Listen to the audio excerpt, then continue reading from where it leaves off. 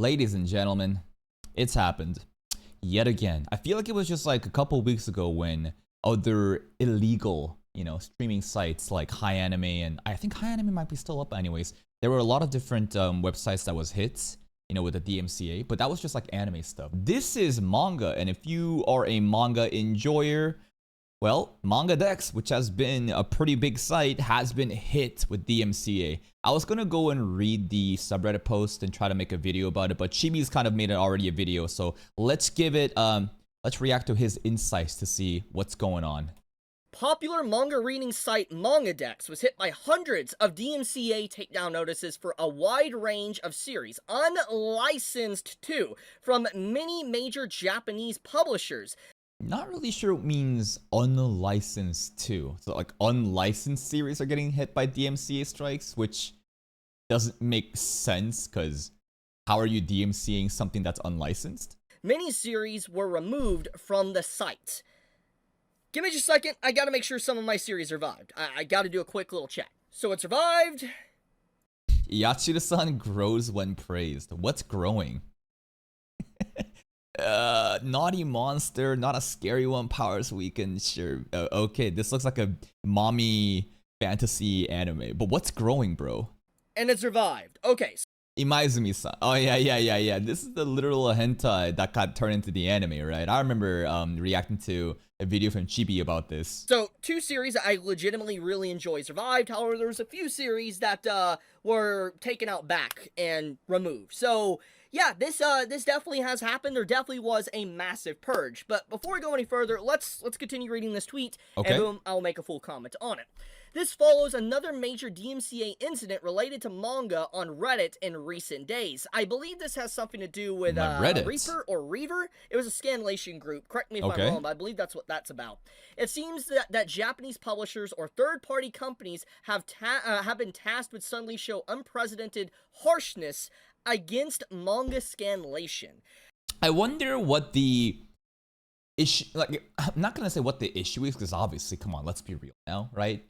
We all know what we're doing, right? The whole issue with pirates, let's say watching anime, quote unquote, illegally, we can definitely say that this is a service issue, and that's why, a lot of people are opting for different services rather than, Netflix or like Crunchyroll, because their services just suck, right? So they're trying to go for something else. I think people definitely would pay a fair price to get a good experience, but if the experience is so bad, they're gonna go on the high seas. For the manga stuff, I don't really know how that shit works, because what is the Crunchyroll equivalent of mangas? What is there like a legal distribution site, some sort of like subscription basis like Crunchyroll where you can read manga? I know that Viz and like some of the other like Shonen Jump related sites, they actually do publish their own, but I wonder if there is like a legal site for that. And on top of that, why now? Suddenly, why is it now that's just happening with the DMCA strikes? There must be some sort of trigger, right? Unless this is something that's been festering for a long time and finally, like, some sort of last straw broke loose. I mean, yeah, there definitely has been an active push. I think everybody has seen that there has been a massive anti-piracy push in the last year or so. I've made quite a few videos discussing this, and I think that in general this is a very good example of that. A lot of these companies have definitely tried to squash piracy, and as I've always talked about, regardless of how much service they fight back, piracy isn't ever going to disappear. The only way to really get rid of piracy is basically for the internet to die, and let's be honest, the internet's just way too important to society nowadays, so that's not going to happen. So there's always going to be workarounds, right? You cut the head of one hydra, 7 others grow back from it. But man, MANGADEX going down, that's quite the legacy that they've had, That's quite the era that they've run supreme. I remember back in the day before MANGADEX was even a thing, maybe some of you would remember. What was the name? It's not GoGo Anime. That's anime sites. Fuck. I honestly forgot. There were some other sites before MANGADEX that I remember checking out, but honestly, it's been so long that I even forgot. Piracy, yeah, it's always going to be there. But let's get into what this means. Manga Fox? No. Manga Panda? No. It's escaping me. Kiss Manga? Nah, those are pretty new ones. There used to be a... It got shut down. It was I honestly, the name, it's gone from my brain. It's been that long. And if this is actually something that affects you or not. Well, if you're a manga reader, most likely 9 times out of 10, this is probably going to affect you. Most people will be affected by this news because MANGADEX is, to be completely blunt, one of the biggest manga sites on the internet. It is definitely the most recognizable, especially if you go on Google, for instance, and you search in a manga that, you want to read. Most of the time, you'll see MANGADEX pop up along the search results. So, it is a very well-known and recognized site. It is not something that, is easily gatekept. Everybody pretty much knows of it, so that is why it's even going to be in the title. And it's kind of tricky, right? The whole piracy business, because, obviously you want your website to do well and to get a lot of traffic and a lot of people to, know your website exists. But then the bigger you get, the bigger target has been painted on your back. It's like you kind of get punished for being successful, and people will make an example of you because you're big. And that is also why I am glad some of the sites I use is not listed here, because gatekeep your sites, by the way, because if more people find out about them, well, this is gonna happen. But getting into the main point, gatekeep your sites. I mean, I doubt that these corporations who are down to strike with the MCA are completely oblivious of random sites that a 15-year-old would know in the secret group chats. I don't know, but definitely not just parading around and saying this is my website. That's probably not gonna help. Point though, I will say something that does need to be said. Okay, I'm gonna rip the band-aid off right here and now because it is very important to acknowledge this. All right. Companies, Japanese publishers, in this post, for instance, are well within their right to take down content from... Yeah, legally. I mean, what do you think is really happening, right? You're ripping these RAWs and scanlating them and posting it on different sites, and it's say what you will about the whole service issue thing. I think we do have to acknowledge that, come on, we know what we're doing. Pirate sites. I know it sucks if you're reading a series and you no longer can read it, but if the series is licensed officially, it makes sense. It is well within their rights to protect their content and stop these, series being spread illegally around the internet. There's a different case to be made about the unlicensed series that has no translations though, right? Because this goes back to the whole service issue thing where, let's say there's some obscure manga out there, some series that hasn't been translated, but you're a fan of the series and you want to read it. But you can't because there's no paid service that would allow you. In comes a fan scanlation group and delivers that product, right? Now you have alleviated that pain point and people are basically signing up to these websites to read it through it, right? So in that case, that again is a service issue that's been born from the lack of dedicated official releases. It is once again their right to do so. Even if you disagree with it, that's the law. That's the truth. That's just how things work, basically, to protect content you own on the internet. So in this case, I'm not blaming the Japanese publishers for taking down content from MANGADEX. However, there is something that does need to be talked about, and I would have left the conversation right then and there, but there is an extension to this conversation. That is that they didn't just stop at licensed manga, they went after unlicensed manga as well. So basically what I just said, these mangas that have no official translations for the fans to be able to read from an official site, fan groups have given you the content and now they're getting fucked for it. On MANGADEX, and this is the one that really stands out to me, and this is the one that a lot of people are talking about because this is a big showcasing of just going a little bit too far with taking down content from the internet. So let's explain. What is unlicensed manga or unlicensed content in general? Well, it basically means a manga series has not been licensed in different countries. For instance, it is just strictly in Japan, which means that if you want to theoretically read it in a different language, you have to have a fan translation. There has to be a scanlation group that comes out of nowhere and basically translates the manga in their own time for free and post it for people to read. And truly doing it for the love of the game.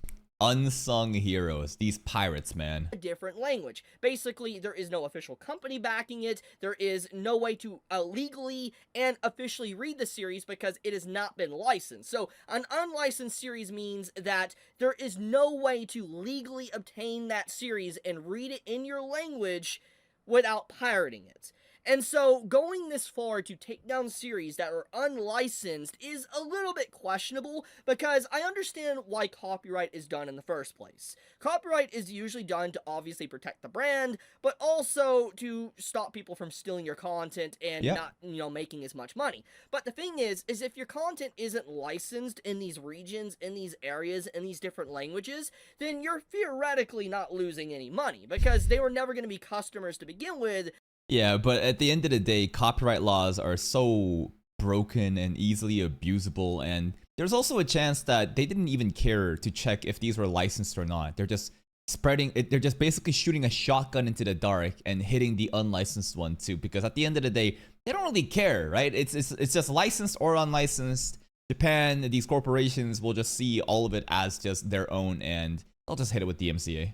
Because they live in different countries already. So the fact that, that little topic can be brought up, that completely destroys it, because they're not going to be making money from those individuals to begin with, because they couldn't legally obtain it. And, oh, you're going to say, buy the Japanese copy. Okay, they could, but they're not going to be able to read it. And then import cost on top of that, it's going to be expensive, and it's just basically going to be a bona fide, paperweight on your desk or what. Yeah, I agree. It's honestly not even about the money. I mean, it is and it isn't. The thing that I've definitely realized doing anime reactions on YouTube, and this is also a very gray area of, yeah, the transformative content protected under fair use does exist.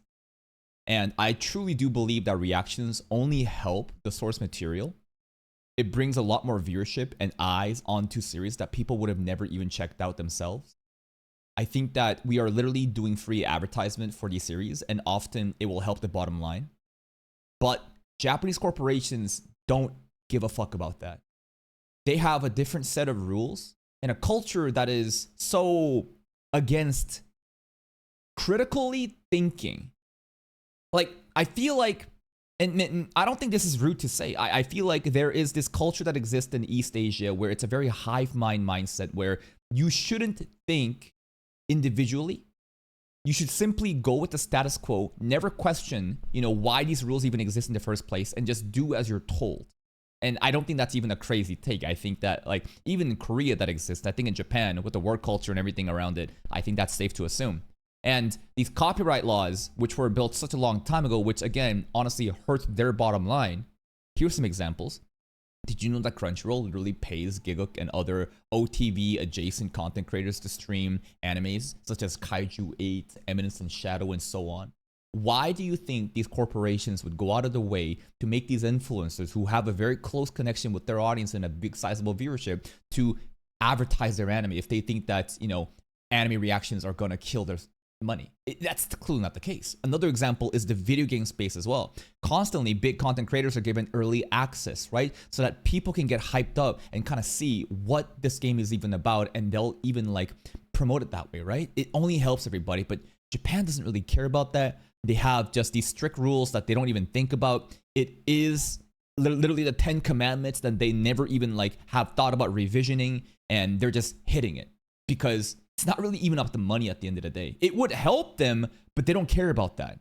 They're just following these rules that nobody is even bothering. Why does it exist? Whatever. So it's kind of stupid to do that unless you're like an avid collector, so to speak. So what I'm trying to say is that the reason why I'm even making this video is because going after unlicensed content is also within their right. I'm not saying it isn't, but it does feel... It's very illogical, right? Listen, rules, laws exist. And absolutely, you should probably abide by them. But sometimes you have to really think and ask, do these rules and policies even make sense? Rather than just blindly just going with it, let's just think about it for a second and question, does this make sense?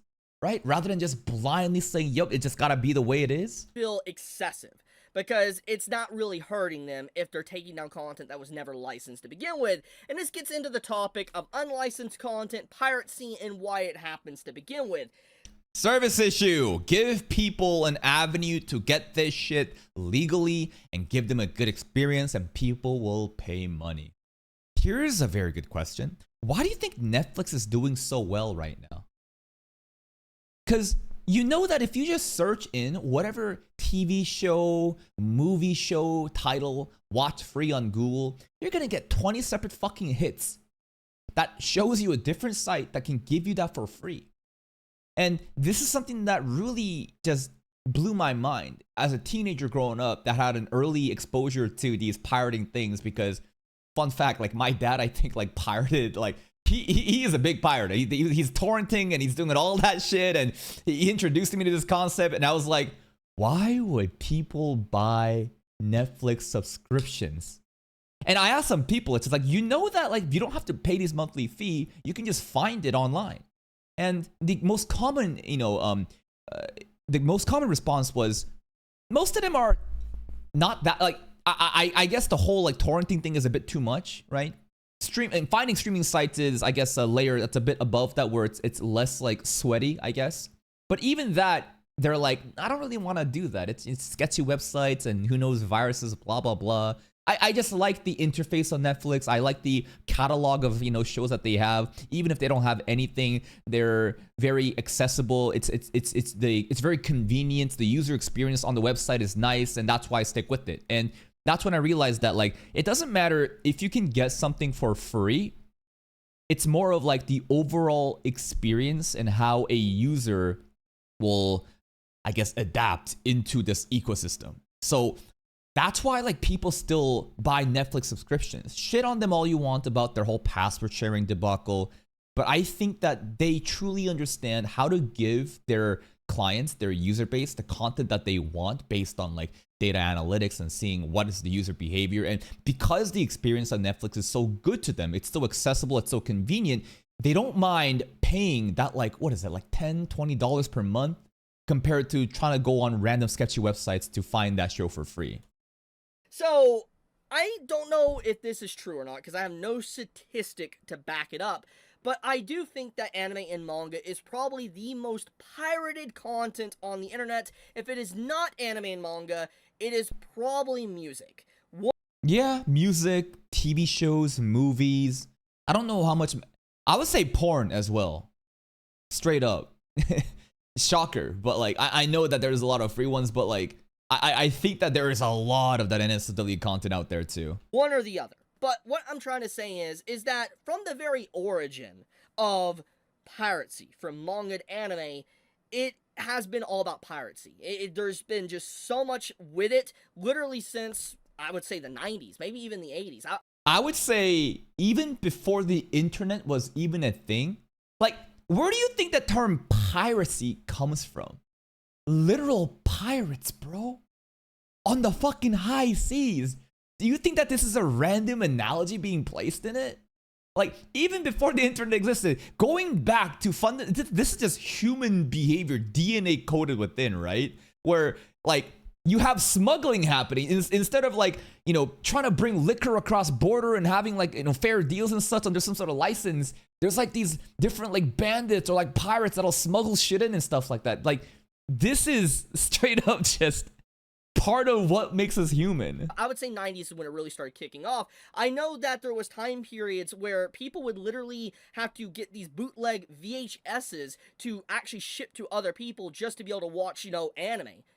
And because there was no legal way to actually watch anime, so they had to use these bootleg VHS copies.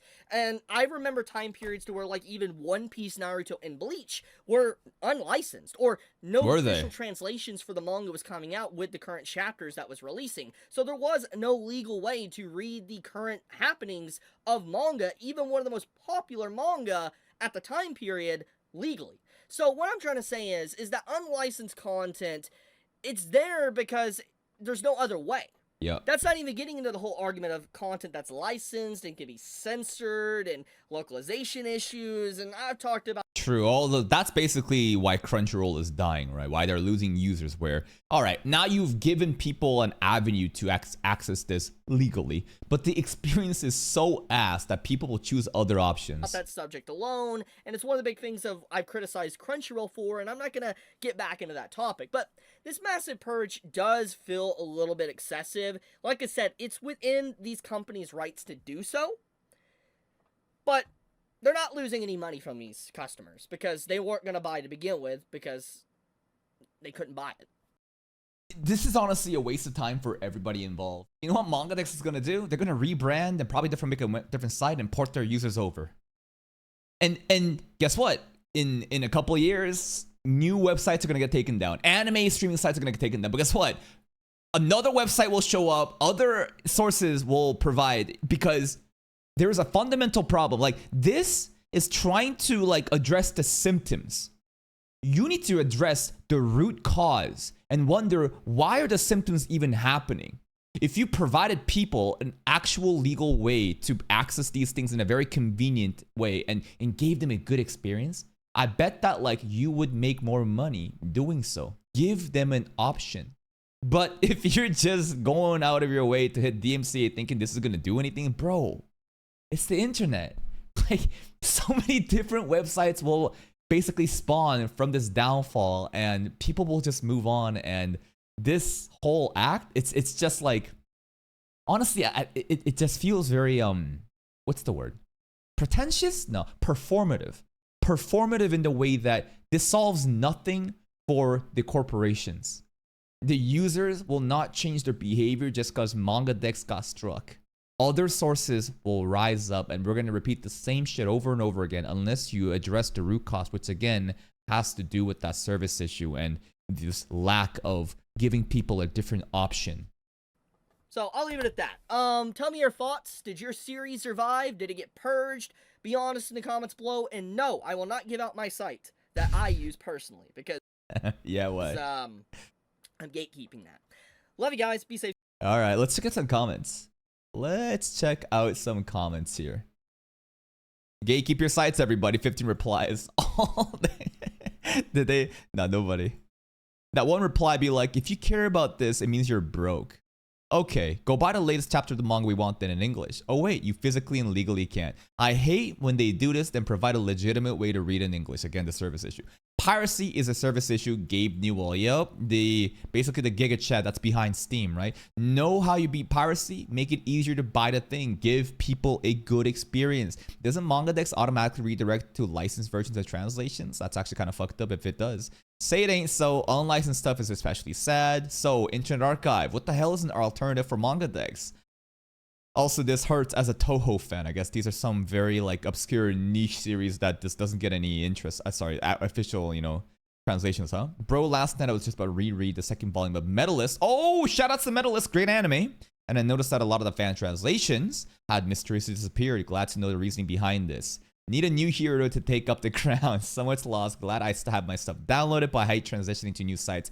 Yeah, there's always this weird phase, this transitionary phase where you're trying to find new sites and the UI is a little bit similar, but it's kind of different. And you miss like, one of the things that I kind of miss back in the day when I used to read manga before I did anime reactions? I actually enjoy these random comment sections at the bottom of the chapter where people would have just memes and discussions.